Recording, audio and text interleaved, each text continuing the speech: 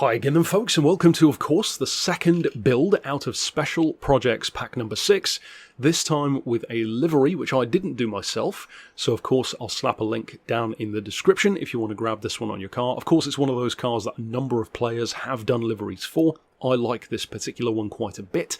Then of course we have what we've based it on. For those who didn't play games like Gran Turismo 6, you probably won't know what this car is about, but there were two C6 Corvette race cars in the game. One was based on the Z06 and one was based on the ZR1, with entirely different power levels, very similar looks, slightly different weight, and as I recall, even their performance wasn't that much different, despite a huge difference in power. Now we of course are basing this on the ZR1, because that's what the car is in the game, it makes more sense, which is by far the more powerful of the two. As you can see there, a crazy amount of power, very clearly a Gran Turismo original or RM car, as they call it, a race modify, 816 horsepower, which is what we were running in Gran Turismo 6. Unfortunately, we can't quite make it as light as those cars were. Thankfully though, it's not that much heavier. It's only about 10 to 20 kilos off the weight of those cars, and again there was a slight difference between them. I think one was like 1090 and the other was 1110, I think it was, something like that, or 1100. So like I said, it's not that much heavier. 15-20 kilos isn't too bad. So of course, we'll check out the parts that I fitted first of all. Now I did repurpose this build from an existing speed build, so there are some things that were residually fitted from that older build that you don't need to do. So we'll run through those. Of course you want your stage 1 weight reduction. For the club sports we've got the high lift cams. Of course you want your stage 2 weight, the power restrictor and the ballast.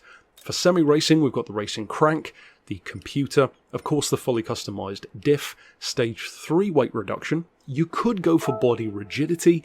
As you can see, it takes the points down a little bit. Personally, I don't think it really needs it. It's about 30 grand that you don't really need to spend, but I'll leave it down to you. We've got the polish ports, the balance tuning, the race intercooler is purchased but not fitted, so you don't necessarily need to buy that.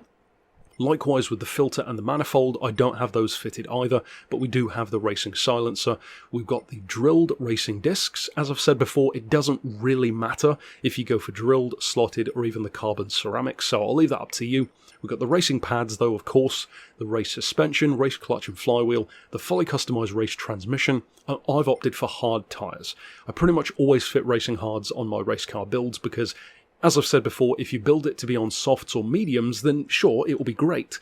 But then if you have to use hards at any time, it could end up being trash. Whereas if you build a car to be good on hards, it'll be even better on mediums or softs. So if you want to fit those, go for it, but I've built it to be on hards. None of these are fitted. Like I said, you can go for these carbon ceramics if you want to. And as far as the ultimate stuff, we have the titanium connecting rods and pistons and the carbon prop shaft. Now as you can see, we already said crazy power, well over 800 horses. The point level isn't too crazy though. It's actually not that much higher than a Group 3 car. So 788 points is very, very useful. Potentially you could use it for 800 point events, for example. So as far as the tuning, we've got the racing hards fitted, of course. For the suspension, we've dropped the ride height to 95mm front and rear. Anti-roll on 5, 35 for compression, 44 for expansion. I've increased the frequency to 3.35, which is pretty high on this one. A lot of camber, and you can definitely see it on this car. It looks properly stanced with 3 degrees.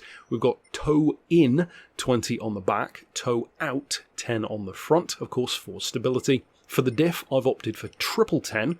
Give it a try, see what you think. I personally like the way it feels, but I know people do have their personal preferences there. Of course, we don't have NOS fitted. Again, that's down to if you want it or not. For the transmission, even though it's a hugely powerful car, I wanted to gear it to feel more like a race car. Because as I recall, I think these LM race cars, because I did do speed builds for them, and I don't recall them being as quick as you'd think. Mostly because of the downforce. I think they could only do like 240, 245 miles an hour, something like that. So, of course, tremendously quick, but that was tuned as well. So like 1,000 horses, so not as quick as a normal Corvette. So I've geared it to do 330 kilometers an hour on the auto setting, which is more than enough for most tracks. Of course, the ballast is untouched. The power restrictor isn't either. You do want to set your output on the ECU to 97% though. to get us to that Gran Turismo 6 level of horsepower. The downforce I've set as high as it can go, because again, it's more of a grip, more of a cornering based build, but if you do want more top end acceleration and of course top speed, you could lower that, and of course it will affect your points as well. And like I said, as you can see here, we've got the racing silencer, but then none of the other power stuff, apart from these over here, which are all fitted, and those are of course one-way things. You can't just take those off as easily as these other things. So you can see all the stuff that we fitted. Of course, all that remains is to jump out to the circuit and show you what this thing can do in action. Now, of course, a ZR1 is already tremendously quick, even as a stock car. You give it more downforce, racing tyres, 800 plus horsepower and drop the weight, it's going to be a monster. This is quite comfortably the fastest car of Special Projects Pack number 6. It's also the most powerful and has the highest point level, none of which is surprising, so this is the car out of the 10 that has the best performance, or certainly at least is the fastest. It might not end up being your favourite, you know, a lot of us like cars that are fun to drive rather than just rapid, but if you are looking purely for the quickest car of the 10, this is it. Of course it will have that nice hit of nostalgia for Gran Turismo 6 players, but also it is potentially quite a useful car. It sounds fantastic, it certainly looks the part, great livery here by this player, and of course the performance is brutally quick. Now, of course, being an 800 horsepower Corvette, it can bite back, it will sometimes flick its tail out a little bit, but in terms of performance, it is tremendous. And to give you some idea of just how quick this thing is, its lap here at Road Atlanta was a full 4 seconds quicker than the other Special Projects build that I did for the Porsche 961. And that was not a slow car, that was also a pretty powerful machine as well. So this is savagely quick and very, very useful against both road and race cars. So of course, if you're new to Special Projects, be sure to check out the other ones this week. And of course, I hope you enjoy the build. But for now, as always, thanks for watching.